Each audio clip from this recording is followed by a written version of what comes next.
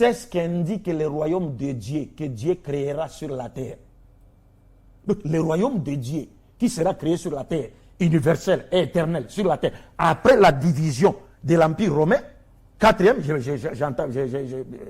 j'ai fait déjà une avance, c'est cette pierre qui symbolise le royaume. Ça ne symbolise même pas le Christ. Alors, si la pierre déjà ne symbolise pas Jésus, selon l'interprétation de Daniel, pourquoi voulez-vous que le fils de l'homme de Daniel 7 soit Jésus?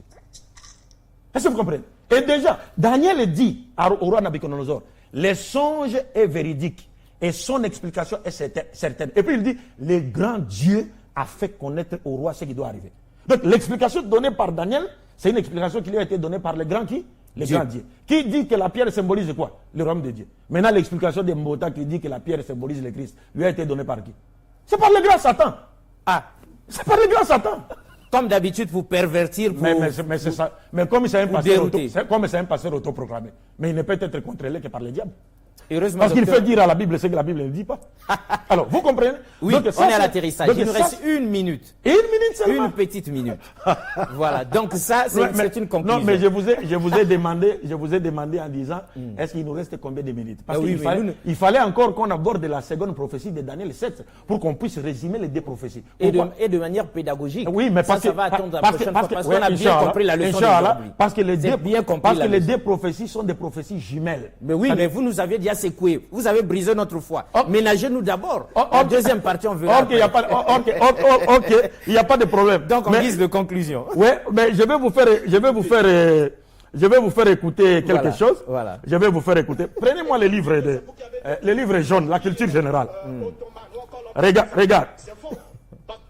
Écoutez Mbota. C'est vous qui avez détruit l'Empire ottoman ou encore l'Empire byzantin. C'est faux. Parce que la pierre n'a pas frappé les deux pieds de la statue. Et la pierre de Daniel, que Daniel a vue, ne frappe pas les pieds de pierre. Ne frappe pas plutôt les jambes de fer, comme nous montre la prophétie, mais frappe les jambes qui sont mélangées en même temps du fer. Et quand vous dites que c'est vous qui avez détruit l'Empire ottoman ou encore l'Empire byzantin, c'est faux. Est-ce que vous comprenez ça? Mon frère dit, quand vous dites que c'est l'islam qui a détruit l'Empire byzantin, l'Empire romain, c'est faux. C'est faux. Car il dit d'ailleurs, la pierre ne frappe pas les pieds, comme moi j'ai dit, mais la pierre frappe plutôt les jambes qui sont mélangées en même temps de fer et d'argile. Mais lisez la prophétie. Les jambes ne sont nullement mélangées de fer et d'argile. Mais la prophétie de Daniel vous dit que les jambes étaient de fer. Ce sont les pieds qui étaient à partir de fer et à partir d'argile. Donc il ne maîtrise même pas les textes. Et Mbota s'amène sur les jambes. C'est-à-dire qu'il ne maîtrise même pas la lettre. Il veut discuter avec moi sur l'esprit de la lettre. Oui, mais donc... Alors, je termine à dire. Regarde maintenant, il dit c'est faux. Ce n'est pas vous qui avez détruit l'Empire romain. C'est pourquoi je lui ai dit que ce livre, je les lui ai acheté. Aux éditions. La culture générale pour les nuls. La culture générale pour les nuls. Les nuls comme les docteurs Bosco Ben Youssef. Oui, comme les Mbota. Mais tous dans le même panier. Tous dans le même panier. Je lui ai envoyé la vidéo. La culture générale pour les nuls. Parce que rapidement, on a dit. Écoute, vous pouvez lire, monsieur. Oui. Vous pouvez lire. Lisez ici. Lisez vous-même ici. La dernière paragraphe. 166. La dernière paragraphe. Le sultan Mehmet. Oui. Le sultan Mehmet II, 1430-1481, prend Constantinople. C'est la fin. La dernière seulement, pour ne pas perdre le temps. Vous lisez la dernière seulement. Oui, c'est la fin de l'Empire byzantin. C'est la fin, continue. La ville, rebaptisée Istanbul, Istanbul devient la capitale de l'Empire ottoman. Est-ce que vous comprenez ça? Ce sont les musulmans qui ont détruit. Parce que nous n'avons pas assez de temps. Mais Dr Bosco Ben Youssef a dit que ce sont les chrétiens. Mais c'est démonstration l'appui. Donc c'est nul. Donc c'est nul le docteur. Mais c'est un ignorant. Il ne connaît rien. Et je vous aurais montré, parce qu'on n'a pas assez de temps. On n'a pas assez de temps, mais ce n'est que partie remise. Prochainement, on va y revenir. Oui. Et je vous donnerai les prophéties de Mohammed qui dit aux musulmans, vous allez détruire l'Empire byzantin, l'Empire romain. C'est prophète lui-même annonce. Et ça s'était réalisé comme on vient de dire. Et ça s'est réalisé. Aujourd'hui, l'Empire byzantin, c'est quoi? L'Empire romain byzantin, c'est quoi? Mais c'est la Turquie aujourd'hui. C'est islamique, 99%. Exact. Et même frère Mbota a dit non, l'islam est arrivé. Mais ces royaumes-là continuent à exister. Mais Mbota ne sait pas que les premiers royaumes, c'était l'Empire babylonien. Donc, toutes mes félicitations. Mais vous avez brisé notre foi, ça ne fait rien. Mais ce n'est que partie remise. En tout cas, Boris Mbota, Bosco Ben Youssef, on sait que vous êtes des docteurs, mais évitez les problèmes. Ici, on a la culture générale pour les nuls. Les nuls comme vous et nous là. Non, pas vous. Pas vous. Pas nous. Ah bon, pour vous deux, les deux nuls qui affrontaient Abdoul Majid, évitez les problèmes. En tout cas, comme dit la pensée du jour là, on peut facilement dire le mensonge, mais difficile de le soutenir. Proverbe 14 et 15. L'homme naïf croit à tout ce qu'on dit, mais l'homme intelligent ou prudent est attentif à ses pas. Donc quand ils les écoutent, ils savent que non, ces messieurs sont en train de mentir. Et nous allons les démontrer avec une vidéo spéciale. Merci. Merci, docteur. En tout cas, encore félicitations. Que Dieu soit loué. Amen. Alors donc, c'était avec plaisir. Mohamed, le fils de l'homme de Daniel 7, nous croyons, parce qu'on a démontré par A plus B. Et pour les sceptiques, il y a ici la grande prophétie et le livre, la culture générale pour les nuls, pour vous remettre sur les rails. Au revoir et à la prochaine. Merci beaucoup une fois de plus.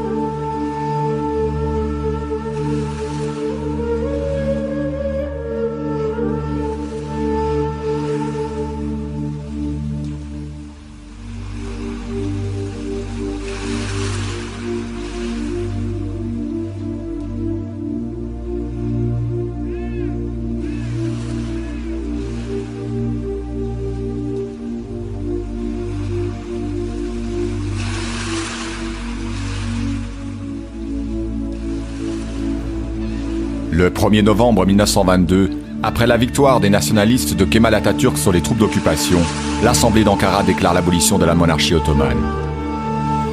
Quelques jours plus tard, le dernier sultan s'enfuit de Constantinople à bord d'un navire britannique, tandis que les kémalistes transfèrent le pouvoir religieux, le califat, à son cousin. C'est la naissance de la Turquie moderne.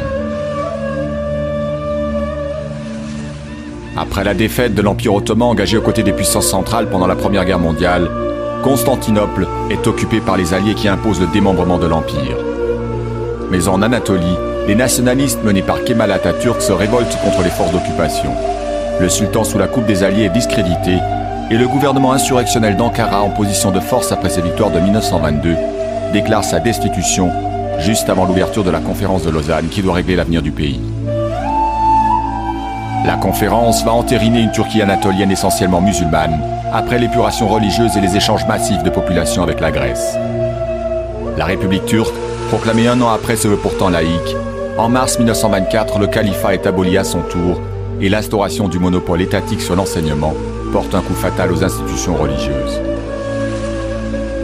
4 ans plus tard, Atatürk fait supprimer la référence à la religion d'État dans la Constitution et adopter l'alphabet latin en signe de rupture radicale avec le passé ottoman théocratique et cosmopolite. En 1937, enfin, la laïcité est inscrite dans la Constitution.